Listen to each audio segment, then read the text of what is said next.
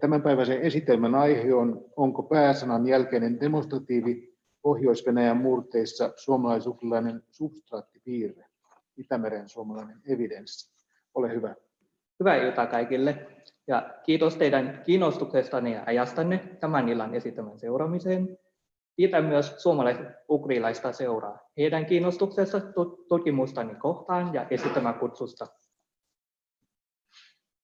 Eli tätä esitelmää voidaan pitää jatko-osana edellisestä suomalais-ugrilaisen seuran kokouksen esittämästäni 15. huhtikuuta 2016, jolloin pohdin samaa tutkimuskysymystä suppeamman websalaisen evidenssin valossa. Silloinen esitelmä perustuu ProGradu-tutkielmaani. Tällä kertaa taas jatkan pohtimista lisäevidenssillä laajemmassa Itämeren suomalaisessa kontekstissa, jota käsittelen reilun kuukauden päästä tarkasteltavana olevassa väitöskirjassani. Tähän kalvoesitykseen on otettu esimerkit ja kuviot suoraan englanninkielisestä väitöskirjastani, mutta selitän kaikkea auki suomeksi. Eli tutkittava kielen ilmiö on demonstratiivi, jota käytetään pääsanan jälkiasemassa.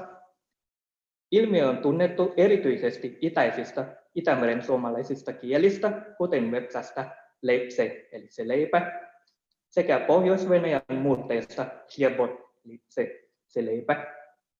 Kuitenkin typologisesta näkökulmasta tämä kielen piirre on sen verran erikoinen, koska Itämeren suomalaiset ja slaavilaiset kielet ovat molemmat niin sanotut head final kieliä, eli sellaisia kieliä, joissa perussanan järjestyksessään määrite edeltää pääsanansa. Ja tällä periaatteella siis järjestys demonstratiivi plus pääsana olisi odotuksen mukainen.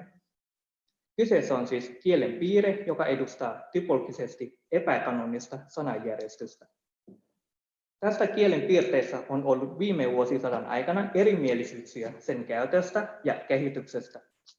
Aiemmissa strukturaalisissa tutkimuksissa sitä verrattiin usein määräisiin artikkeleihin, muun muassa tunnetuissa skandinaavisissa ja balkanin kielissä.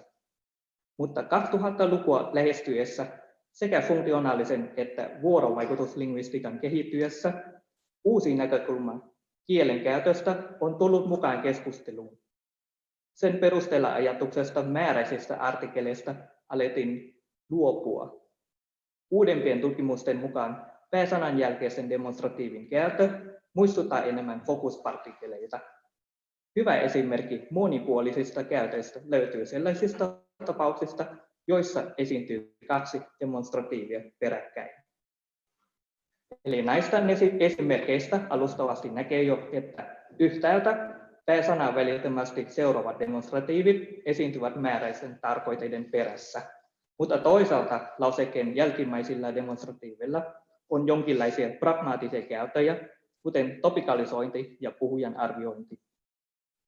Tässä työssä pidän molempia käyttöaloja mahdollisina ja yritän tulkita pääsanan jälkeisten demonstratiivin käyttö aineistossa esiintyvät kontekstit huomioiden. Pääsanan jälkeisen demonstratiivin kehityksestä on ollut eri mielipiteitä. Wolfgang Fengerin ja Valentin Kiparskin tutkimuksissa suomalais-ugrilaisessa substraatista venäjän kielissä ajateltiin, että tämän kielen piirre kuuluisi substraattipiirteiden joukkoon.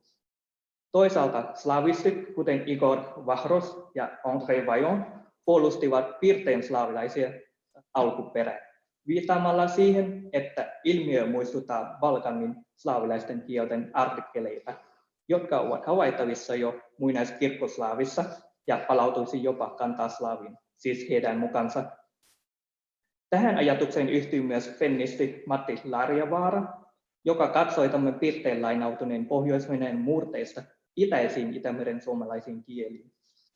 Kuitenkin tällä tavalla ajattelevat tutkijat eivät ottaneet huomioon monia demonstratiivin käyttöön liittyviä seikkoja, joita ei tavata esimerkiksi balkanin kielten määräisten artikkelien käytössä.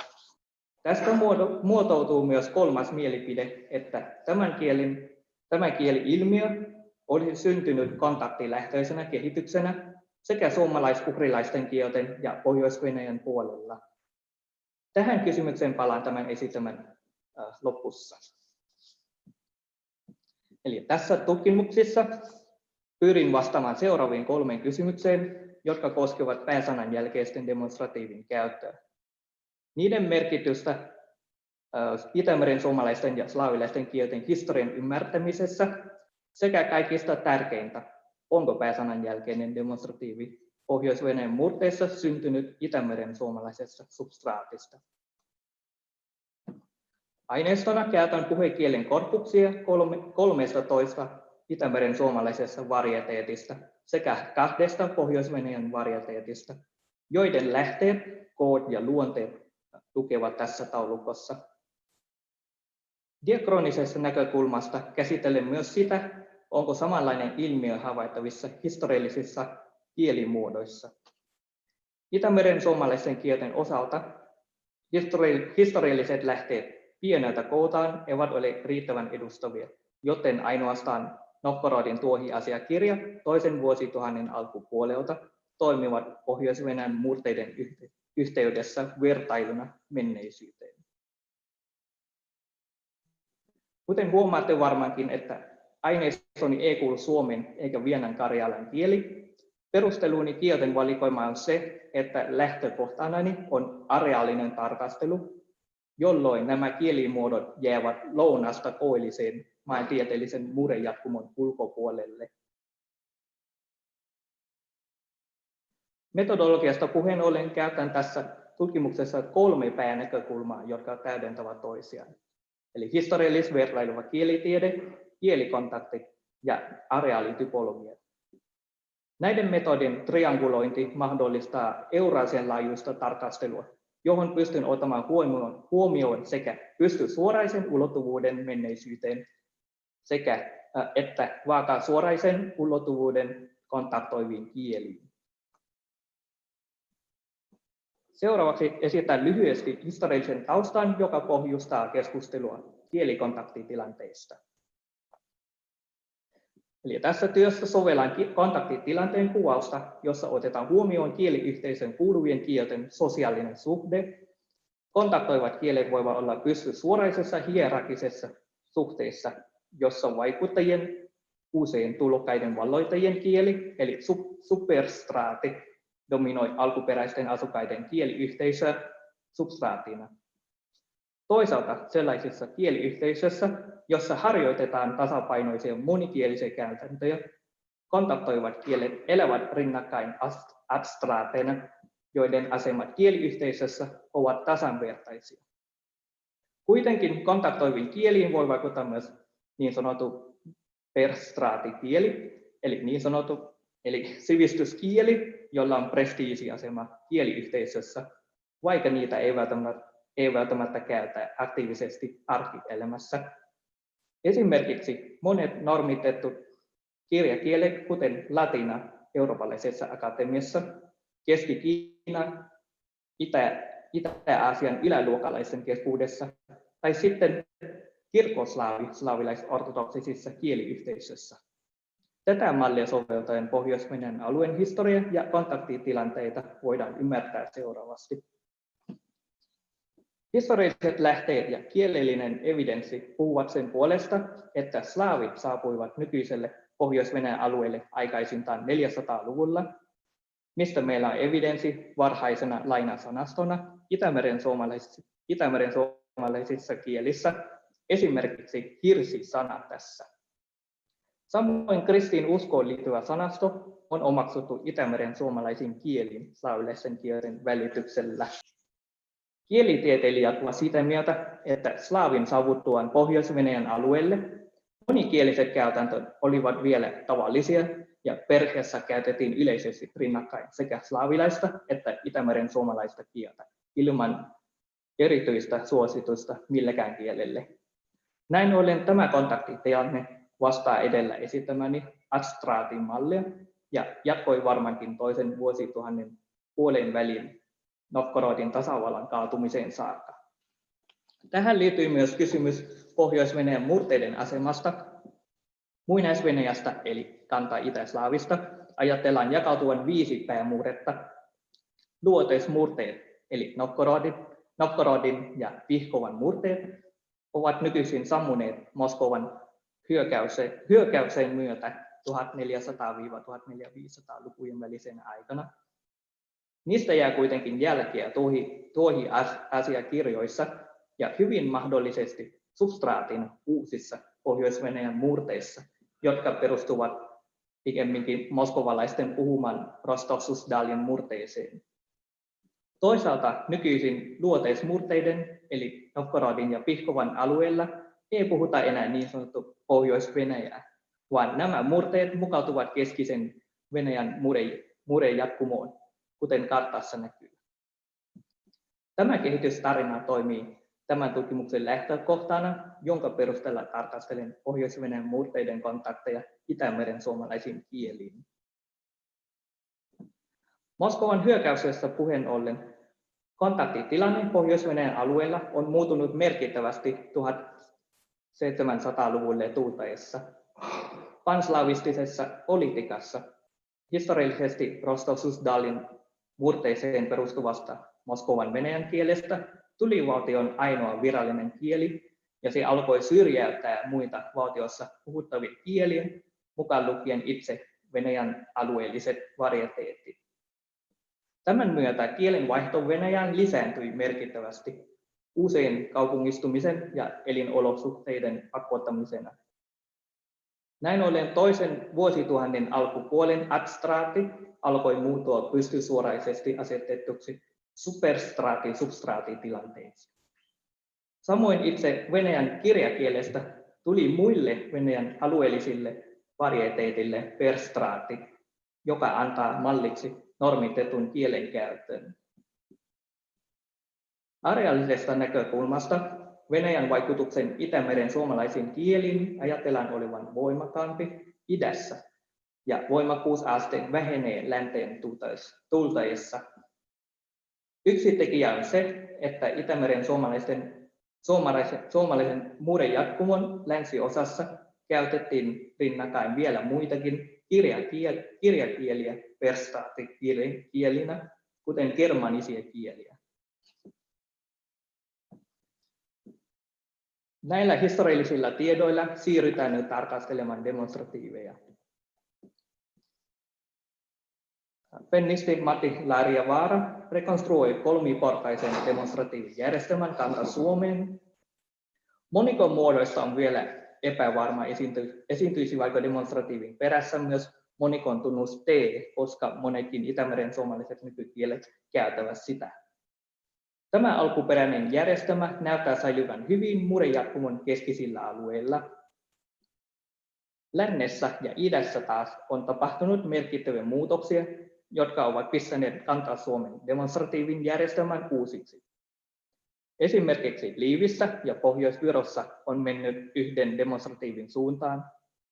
Latviassa ja Vepsässä taas on nähtävästi mennyt Venäjän kaksiportaisen mallin mukaan, eli kaksijako proksimaali ja distaali.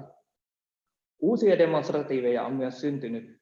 Latviassa esiintyy yhdysdemonstratiivi Kase ja Vepsässä Nietse, joka on levinnyt myös Lyydin ja Aunuksen Karjalaan, siis Vepsän Nietse. Tämä tilasto kertoo, kuinka paljon mikäkin demonstratiivin vartalo esiintyy aineistossa. Ja tämän kuvion perusteella näkee jo Itämeren suomalaisten kielten areaalista ryhmittelyä. Ilmeisesti aineiston genren takia Kanta-Suomen distaalin to ja no käyttö on tosi vähäistä, eikä ole havaittu aineistossani paljon. Slaavilaisten kielten puolella havaitaan myös areaalinen tendenssi, eli suurimmassa osassa eteläslaavilaisista kielistä on säilynyt hyvin Leskinin, August Leskinin ja muiden slaavistien rekonstruoima kolmiportainen järjestelmä.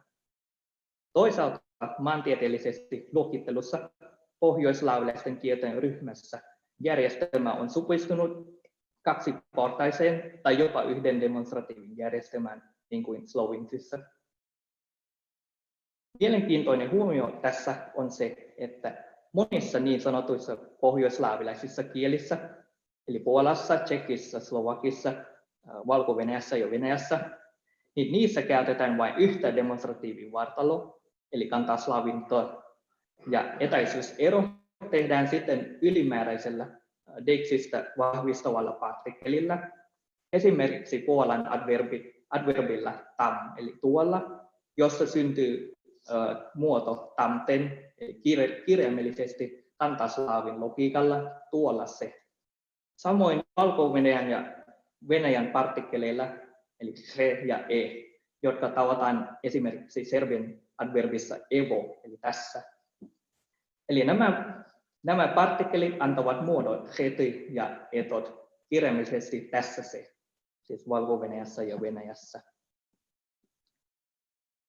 Ja aineiston analyysissä pyrin demonstratiivin erilaisten typologisten piirteiden lisäksi tarkastelemaan myös, löytyykö kielten välisten samankaltaisuuksien ja eri varieteettien puhuma-alueiden välistä tilastollinen korrelaatio. Tässä kartassa lasken siis kunkin varieteetin etäisyyttä Vologdasta, jotta pidän tämän kuvailtavan kontaktitilanteen keskuksena siitä syystä, että se on nykyisin alue, johon Itämeren suomalainen muurejatkumo ulottuu pisimmälle itään. Ja kyseisellä alueella kontaktit olisivat oletettavasti tiiviimmillään. Tässä työssä tarkastelen demonstratiivin käyttö erilaisin typologisin kriteerein, eli sanajärjestys lausekkeen paikan lauseessa, sanaluokka, pääsanan liittäminen sekä erilaiset syntaktiset ja pragmaattiset funktiot. Eli nämä pragmaattiset funktiot, jotka liittyvät viittaavuuteen, informaatiorakenteeseen ja puhujan asennoitumiseen ja arviointiin. Eli näistä annan seuraavaksi konkreettisia esimerkkejä. Sanajärjestyksiä on 3 tyyppiä, eli itsenäinen, tai sitten pääsanan etuasemassa tai pääsanan jälkiasemassa.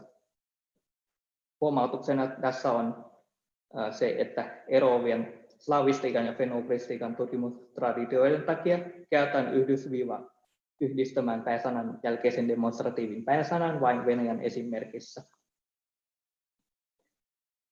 Kun katsotaan, miten eri demonstratiivin vartalot käyttäytyvät aineistossa, nähdään, että sarja nämä ja yhdysdemonstratiivit Itämeren suomalaisissa kielissä esiintyvät pääsääntöisesti joko itsenäisinä, eli vihreillä pylväillä, tai sitten pääsanan etuasemassa sinisillä pylväillä.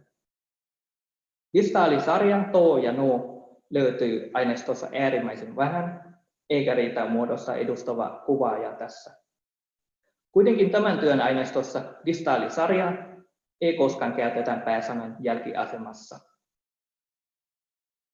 Mutta kun tullaan sarjaan C, niin havaitaan hyvin mielenkiintoinen areaalinen tendenssi.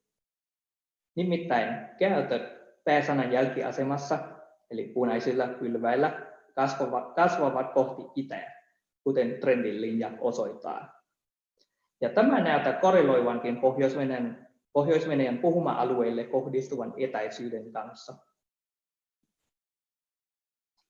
Pohjois-Venäjän murteiden puolella esiintyy samanlainen tendenssi, että proksimaali-etot esiintyy enemmän pääsanan etuasemassa. Distaali-tot taas esiintyy useammin pääsanan jälkiasemassa. Ja kun laitetaan sekä Itämeren suomalaiset ja Pohjois-Venäjän varieteetit samaan kuvioon, varmistuu yhä se tendenssi, että se ja tot demonstratiivin käytöt pääsanan jälkiasemassa kasvavat kohti itää. Tästä eteenpäin käsitellen ainoastaan pääsanan jälkiasemassa esiintyvien demonstratiivien se ja tot käyttöjä ja muut tämä ja no jää fokuksen ulkopuolelle. Lausekkeen sisäisen sananjärjestyksen lisäksi katson myös, missä lauseen positiossa demonstratiivilla varustettu lauseke esiintyy lauseessa. 3 kontekstia löytyy, eli lauseen toisessa positiossa, tai lauseen keskellä, tai sitten lauseen lopussa. Ja areaalisesta näkökulmasta nähdään myös se, että mitä idempään mennään, sitä suurempi on demonstratiivin käyttö. Siis se suurempi on tendenssi käyttää demonstratiivin muissa lauseen positioissa kuin toisessa positiossa. Eli tästä toinen positio tarkoittaa siis Jakob Varkenagelin lakia, eli siihen lakiin perustuvat kriittiset elementit. Pääsanan liittämisessä esiintyy erilaisia mahdollisuuksia, sekä Itämeren suomalaisten että Pohjois-Venäjän murteiden puolella. Eli Itämeren suomalaisissa kielissä demonstratiivi voi kongruoida pääsanan kanssa luvussa ja sijassa, kuten tässä Itä-Latvian esimerkissä poikaassenne genitiivissä. Vöpsässä taas pääsanan jälkeinen demonstratiivi taipuu vain luvussa eikä sijassa. Eli meillä on käytössä vain se ja ne muodot.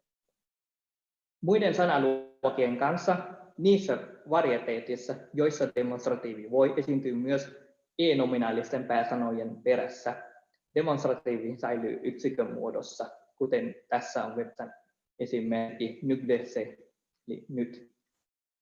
Aineistossa löytyy myös esimerkkejä, joissa pääsanat ovat monikossa, mutta demonstratiivit yksikössä, kuten tässä prihatse.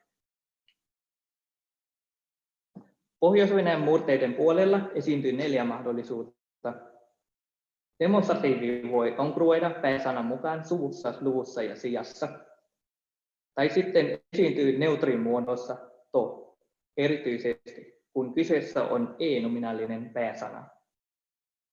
Mielenkiintoinen tapaus, joka on Pohjois-Venäjän murteiden tunnuspiirre, eikä siitä löydy Keski-, Etelä- tai Siperian Venäjän murteista, on Trubinskin nimittämä harmonisaatio, eli sellainen tapaus, jossa demonstratiivi ottaa saman kuuloisen vokaalin kuin sitä edeltävässä tavussa, esimerkiksi malomiasata, jossa ei ole siis morfologista kongruenssia.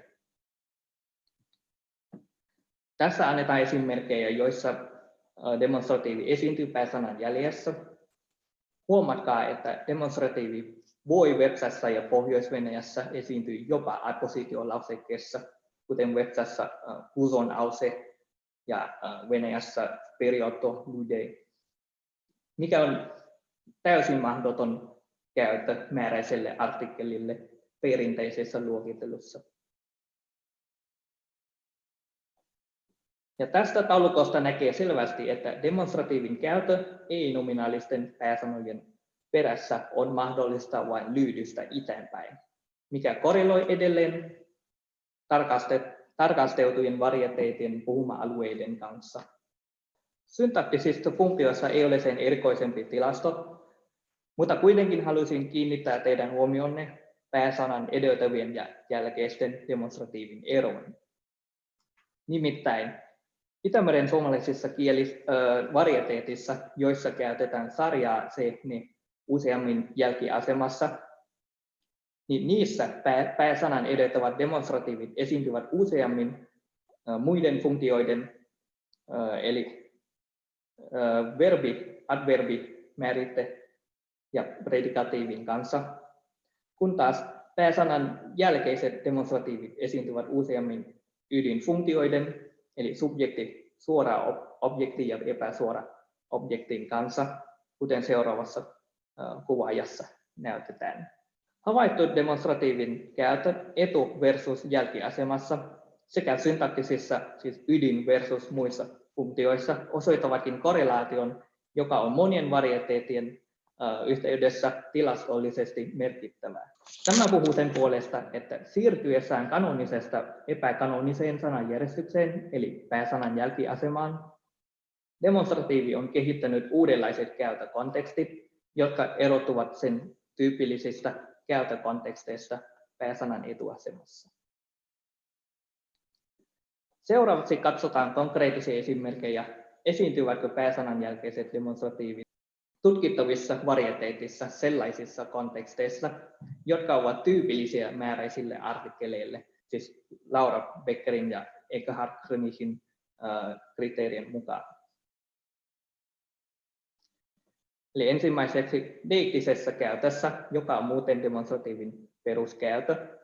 Demonstratiivi ohjaa kuulijan huomioon referenttiin, joka on tunnistettavissa annetussa spatiaalisessa tai ajallisessa kontekstissa, kuten esimerkiksi siga druskatne tässä, eli ne kaverit siellä, taika unas po ozerto, eli meillä sillä järvellä.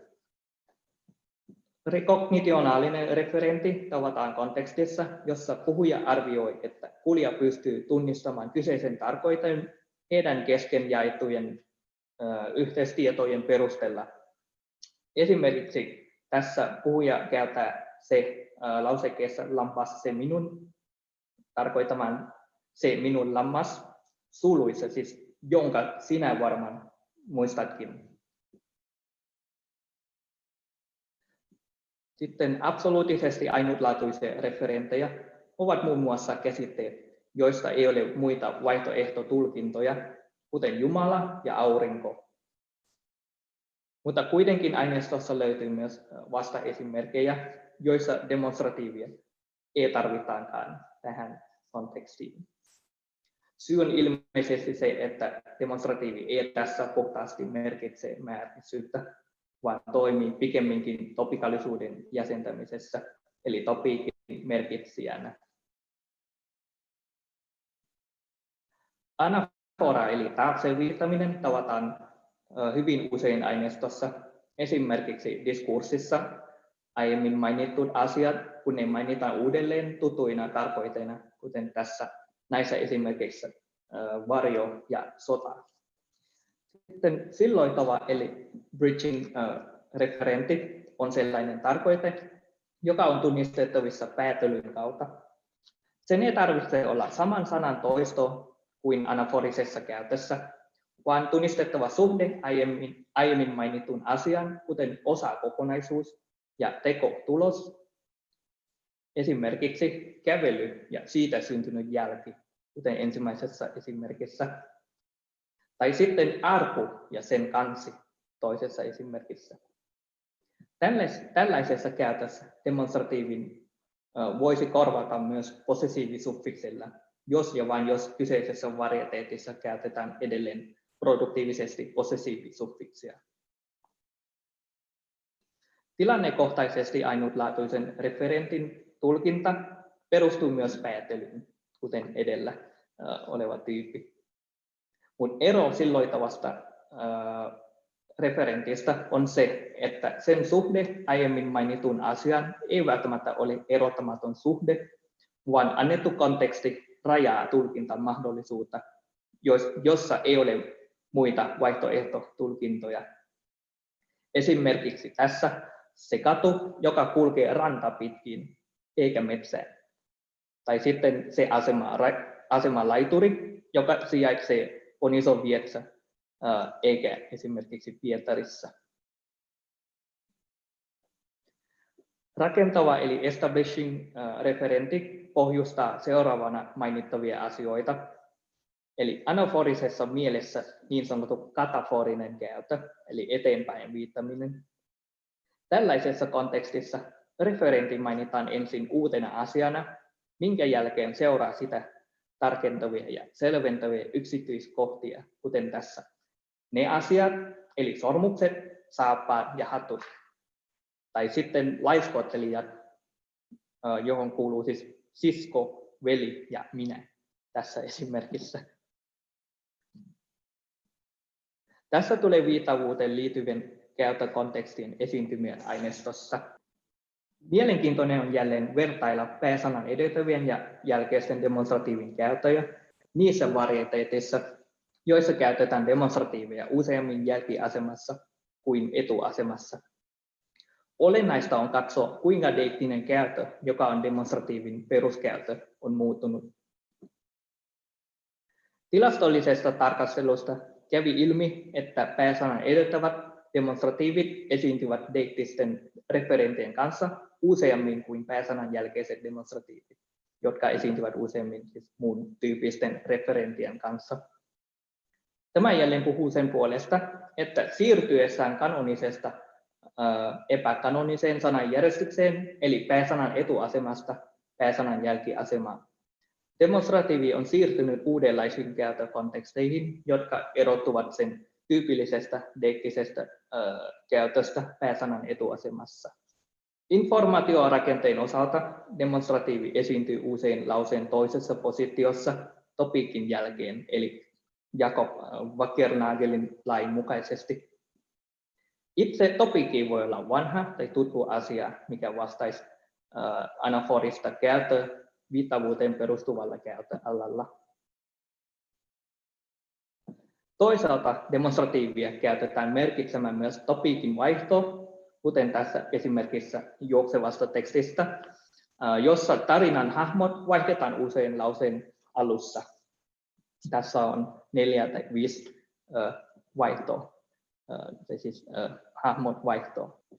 Ja aineiston tarkastelusta kävi ilmi, että Wattiassa, Inkeroisessa ja Pohjois-Lyydissä demonstratiivia käytetään useammin jatkotopiikin merkitsemiseen. Etelä- ja Pohjois-Virossa sekä itäisissä varieteeteissa taas useammin vaihtotopiikin merkitsemiseen. Sitten Manfred Krifkan määrittelemiä fokuspartikkeleille tyypillisiä käyttöjä on havaittavissa myös pääsanan jälkeisen demonstratiivin yhteydessä. Demonstratiivin käyttö voi korostaa esimerkiksi paralleelia, kuten 2 tyyppiä karkuja, tai sitten päivän aikoja, eli aamu ja iltaan tässä esimerkissä. Pääsanan jälkeisiä demonstratiivia tavataan myös muissa fokaalisissa käytöissä lohkeavan rakenteen muodossa, esimerkiksi luettelussa ja jälkiajattelussa, jossa lausetta seuraavassa fraasissa merkitään demonstratiivilla. Samoin demonstratiivit esiintyvät toistossa tai sitten itsekorjauksessa, jossa puhuja esimerkiksi toisessa esimerkissä sanoo ensin yhden asian vieraalla kielellä, eli tässä venäjäksi ulichatme, mutta sitten korjaa itsensä natiivikielellään, eli tässä websäksi kujotme, eli sama sana, mutta eri kielillä. Ja aineiston tarkastelussa kävi ilmi, että itäisissä varieteeteissa Krifkan määrittelemät fokaaliset käytöt ovat monipuolisempia ja fokuspartikkeleille tyypilliset käytöt ovat laajemmin havaittavissa kuin lännessä. Syy tähän on ilmeisesti se, että itäisissä varieteeteissa pääsanan jälkeinen demonstratiivi voi liikkua vapaammin lauseessa siinä, missä läntisissä varieteeteissa käytetään pääsanan jälkeistä demonstratiivia pääsääntöisesti lauseen toisessa positiossa, eli Wackernagel-lain mukaan. Sitten viimeiseksi vuorovaikutuksen näkökulmasta, eli teoreettisesta näkökulmasta puhuja voi erilaisiin kieliopillisiin elementteihin merkitä, onko lausuttu asia hänen oma subjektiivinen arviointi tilanteesta, vai onko se kuulijan kanssa jaettu intersubjektiivinen arviointi. Tähän puheaktiviteetin puhuja siis asennoituu johonkin kannanottoon ja arvioi tilannetta valitun näkökulman kautta. Puhujan subjektiivinen kannanotto usein koskee vain puhujan henkilökohtaista asennetta, jota ilmaistaan esimerkiksi tässä tunteen tai nostalgian muodossa. Toisaalta intersubjektiivisessa kannanotossa puhuja ottaa huomioon myös kuulijan näkökulman ja yrittää luoda yhteisen huomion keskustelijoiden kesken, kuten esimerkiksi varoituksessa ja epärennissä, joihin puhuja odottaa kuulijan reaktiota ja osallistumista tilanteen arviointiin. Ja nämä kaikki funktiot voidaan ilmaista pääsanan jälkeisellä demonstratiivilla näissä varieteeteissa. Kun katsotaan koko kontaktialuetta, idässä demonstratiivin käyttö tällaisessa puhujan arviointiin perustuvissa funktioissa on huomattavan edistyneempiä kuin lännessä. Syy tähän näyttää olevan jälleen se, että itäisissä varieteetissa demonstratiivin paikka ei ole rajoitettu vain lauseen toiseen positioon, kuten läntisissä varieteetissa, vaan itäisissä varieteetissa sen käyttöpaikan lauseen keskellä tai lopussa näyttää mahdollistavan laajempaa diskurssipragmaattista käyttöalaa.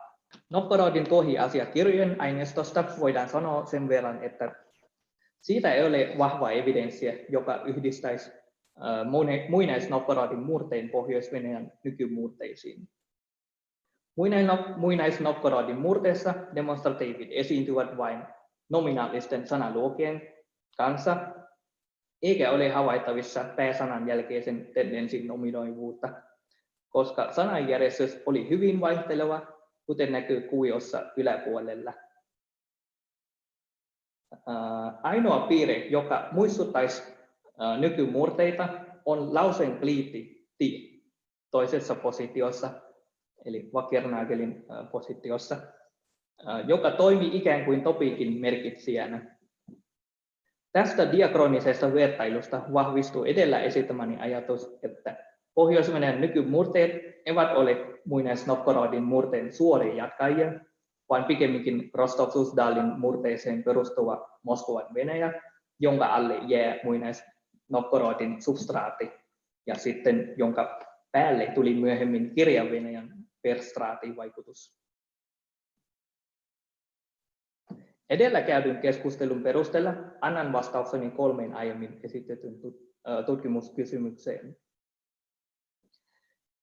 Eli mikä on tämä pääsanan jälkeinen demonstratiivi sitten? Onko se määräinen artikkeli? Erilaisten kriteerien mukaan tilanne tarkastellun alueen itäkärjessä näyttää olevan lähellä määräistä artikkelia. Ensinnäkin määräisille artikkelille tyypilliset käyttökontekstit, esimerkiksi Laura Beckerin kriteerin mukaan, ovat mahdollisia, mutta ei kuitenkaan ylin tavallisia. Toisaalta Holger Dieselin kriteerienkin mukaan pääsanan jälkeinen demonstratiivi näyttää olevan selvästi muuttuneen kuitenkin määräisen artikkelin suuntaan. Mutta siitä huolimatta Joseph Greenbergin asettama tärkein kriteeri, eli käytön pakollisuus tietyissä konstruktioissa sekä ylipäätään absoluuttisesti ainutlaatuisen referentin merkitseminen, eivät toteudu missään varieteetissa. Eli nämä demonstratiivit ovat edelleen, siis ei ole pakollisia missään konstruktiossa. Näin ollen samalla tavalla kuin monissa muissakin määräissä artikkeleja käsittelevissä tutkimuksissa, erityisesti Itämeren suomalaisten kielten yhteydessä suomen viron kielessä muun muassa. Eli samalla tavalla en katso tätä piirrettä määräiseksi artikkeliksi perinteisessä mielessä, vaan pikemminkin määräisyyden merkitsemistä muistuttavat käytöt ovat laajentuneet muusta käytöstä, eli tässä tapauksessa varmaankin topikaalisesta käytöstä, mihin palaan kohta. On esitetty myös spekulaatio, että tämä pääsanan jälkeinen demonstratiivi voi olla sama peru kuin skandinaavisten tai Balkanin kielten määräiset artikkelit. Tässä annan yritykseni vertailla Eurasian laajuisella tasolla funktioiltaan lähekkäisiä kielen piirteitä niiden ominaisuuksien perusteella. Katson siis, toteutuvatko nämä ominaisuudet kyseisten kielen piirteiden yhteydessä. Käytän tässä siis naapuriverkostomallia apuna päättelyyn, minkä muissa tutkimuksissa kuvatun kieliopillisen elementin kanssa pääsanan jälkeiset demonstratiivit Itämeren alueella ovat typologisessa mielessä samankaltaisia. Tämän vertailun mukaan pääsanan jälkeiset demonstratiivit itäisissä Itämeren suomalaisissa ja Pohjois-Venäjän varieteeteissa käyttäytyvät morfosyntaktisesti kuin pronominit tai proadjektiivit, mutta niiden funktiot ovat hyvin lähellä diskurssipartikkeleita. Eli molemman näkökulman yhdessä pääsanan jälkeisen demonstratiivin ominaisuudet muistuttavat paljonkin kaakkois-Aasian kielten demonstratiivia, joiden kanssa löytyy jotain yhtäläisyyksiä. Esimerkiksi niissä on samalla tavalla kyky esiintyy e-nominaalisten pääsanojen perässä, ja ne on myös vapaita liikkua lauseessa, eli ei ole niin kuin läntisissä Itämeren suomalaisissa kielissä, joissa pääsanan jälkeinen demonstratiivi esiintyy lähinnä vain lauseen toisessa positiossa topiikin jälkeen. Ja näin ollen jatkotutkimuksessa olisikin hyvä kokeilla näiden kielten rinnakkaista ja yksityiskohtaista tarkastelua ja vertailua. Toiseksi demonstratiivin järjestelmän tarkastelu kertookin hyvin paljon Itämeren suomalaisten ja slaavilaisen kielen historiasta. Ainakin tarkasteluni perusteella luokittelen tutkimieni Itämeren suomalaisia varieteetteja 4 ryhmään. Eli läntiset, johon kuuluu Liivi, Etelä- ja Pohjois-Viro, sitten keskiset, johon kuuluu Vatia ja Inkeroinen, sitten karjalaiset tyypit, eli Aunuksen Karjala sekä Pohjois- ja Keskilyydi, ja sitten itäinen ryhmä, eli Etelä-Lyydi, Vepsä plus Pohjois-Venäjä, jossa demonstratiivi käyttäytyy hyvin samalla tavalla. Pääsanan jälkeisten demonstratiivin kehitykset näissä ryhmissä ovat eri vaiheissa. Mitä pidempään mennään, sitä edistyneempiä demonstratiivin diskurssiin ja määräisyyteen perustuvat käytöt ovat. Tämän perusteella voidaan olettaa kielen piirteen olevan lähtöisin idästä. Samalla ehdotan tällä selitysmallilla, että määräisiä artikkeleita muistuttavat käytöt seuraavat funktionaalisesta laajennuksesta, erityisesti lohkeavasta rakenteesta, topikin ja fokuksen merkitsemisen kautta määräisyyden merkitsemiseen. Näissä mainituissa edeltävissä vaiheissa on kertynyt artikkeleja muistuttavia ominaisuuksia. Esimerkiksi topikin yleensä katsotaan olevan usein määräinen ja fokus toisaalta vahvistaa vaihtoehtoisuuden rajoittamista. Rinnakkain kehittyy polygrammatikalisaation mekanismin mukaisesti myös diskurssifunktioita, kuten puhujan arviointia, jotka eivät välttämättä osallistu määräisyyden merkitsemisen kehitykseen suoraan, eikä niitä ole tarvettakaan yhdistää juuri samaan kehityspolkuun. Sen sijaan niiden käyttökonteksteissa esiintyvät semanttiset ja pragmaattiset ominaisuudet saattaa tukea rinnakkaista kehitystä. Kysymys alkukonstruktiosta jää edelleen tutkittavaksi. Slaavilaisella puolella Jadranka Gvozdanovic on ehdottanut, että alkukonteksti, josta on kehittynyt Pohjois-Venäjän monikäytöinen to, voisi olla konditionaali lause, eli temporaalinen tai alisteinen, joka on attestoitu sekä muinais-Kiovan että muinais-Novgorodin murteissa. Ja typologisesti tämä vastaa myös John Hymanin esittämä ajatusta, että suuressa joukossa maailman kielistä topiikkirakenne on alun perin kehittynyt nimenomaan konditionaalirakenteesta. Itämeren suomalaisella puolella taas demonstratiivin käyttö vastaavassa konditionaalilauseessa ei ole kovin yleistä. Sen sijaan demonstratiivin käyttö voisi tulla tarpeeseen, kun puhuja haluaisi korostaa ja merkitä morfosyntaktisin keinoin epäkanonista, eli tunnusmerkistä sananjärjestystä, jossa topikin nostetaan lauseen vasemmalle kentälle, ikään kuin lohkeavana konstruktiona. Tähän kysymykseen voi ja tänäänkin tulevissa tutkimuksissa palata vielä. Tässä työssä olen myös havainnut 10 isoglossia eli areaalipiirrettä, jotka tietyt itämeren suomalaiset murteet jakavat keskenään. Niillä voidaan selittää, että demonstratiivin järjestelmän kehitykseen Kanta-Suomesta nykykieliin ovat vaikuttaneet merkittävästi kielikontaktit voimakkaammin kuin kielikunnan perinnöllisyys. Koko murren jatkumolle yhteinen isoglossi on demonstratiivin käyttö lauseen toisessa positiossa vasemmalla olevan topikin perässä, eli se mikä vastaa Jakob Wagernagelin lakia.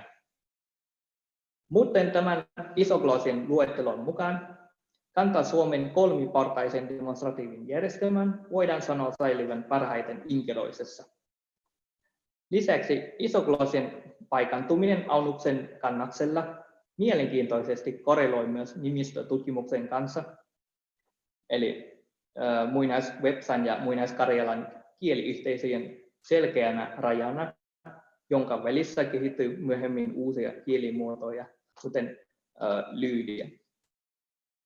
Samoin lännessä Viron ja Latvian alueella muodostavat yhtenäisen kielialueen, johon kuuluu Liivi, Etelä-Viro, Pohjois-Viro sekä etäisesti myös Vattia, joiden demonstratiivijärjestelmät erotuvat paljonkin muista ryhmistä. Näistä isoglooseista voidaan keskustella lisää tulevaisuudessakin ihan omana tutkimusaiheena. Ja viimeiseksi jää meille substraattikysymys, johon vastaamiseen arvioin todennäköisyyttä Saarikiven kriteerejä soveltaen. Ensinnäkin pääsanan jälkeinen demonstratiivi ei ole täysin tunnusmerkinen piirre vaihtokielessä eli Pohjois-Venäjän murteissa, koska muissakin Venäjän murteissa yleisesti käytetään taipumatonta to, ja pääsanan jälkeiset artikkelit tavataan myös Balkanin slaavilaisissa kielissä.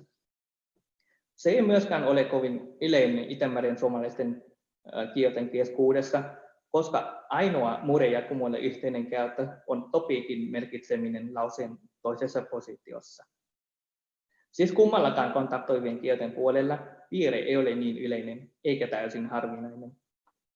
Toisaalta vastaavanlaiset kielen piirteet, joita käytetään ilmaisemaan samanlaisia funktioita, esiintyvät muissakin kielissä Eurasian alueella, esimerkiksi possessiivisuffiksi itäisissä uralilaisissa kielissä tai niin sanottu altailaisissa kielissä, ja myös vaikka demonstratiivin Kaakkois-Aasian kielissä Eurasian toisesta päästä. Kuitenkaan niissä kielissä, siis muualla kuin tällä Pohjois-Venäjän alueella, niissä ei välttämättä ole kyse kontaktilähtöisestä kielenmuutoksesta, kuten näyttää olevan kyse tällä Pohjois-Venäjän alueella. Kaiken kaikkiaan tämä arviointi osoittaa sen, että kyseessä ei selvästi olekaan Itämeren suomalainen substraatti Pohjois-Venäjän murteessa, vaan tilanne näyttää pikemminkin adstraatti-tyyppiseltä kontaktilta.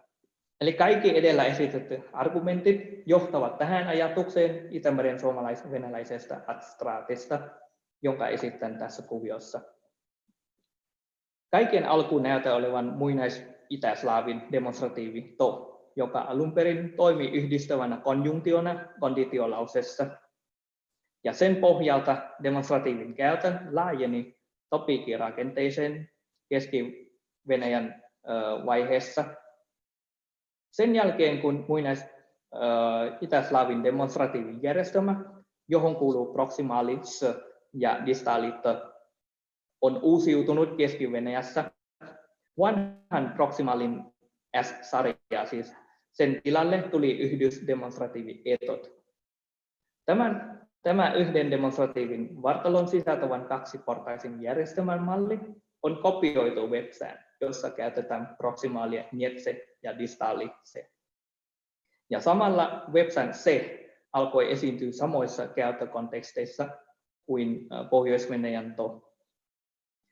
Eli noin 1600-1700-luvulla, kun vepsalais-venäläinen adstraatti oli varmaankin tiiviimmillään, nämä pääsanan jälkeiset demonstratiivit kehittivät taivutusmuotoja, fokaalista käyttöä, diskurssin käyttöä sekä määräisyyteen liittyviä käyttökonteksteja. Tämän toisiaan vahvistavan kontaktitilanteen tuloksena on sitten taipuvia pääsanan jälkeisiä demonstratiiveja Pohjois-Venäjän nykymurteissa ja Vepsässä. Ja Vepsästä piirre myöhemmin levisi myös naapurissa oleviin Itämeren suomalaisiin varieteeteihin. Eli tässä työssä käytetyt kielimuodot, eli Aunuksen Karjalaan, Pohjois-Lyydiin ja Etelä-Lyydiin. Tässäpä oli vastaukseni tämän illan esittämän otsikkoon. Ja kiitos teidän huomiostanne.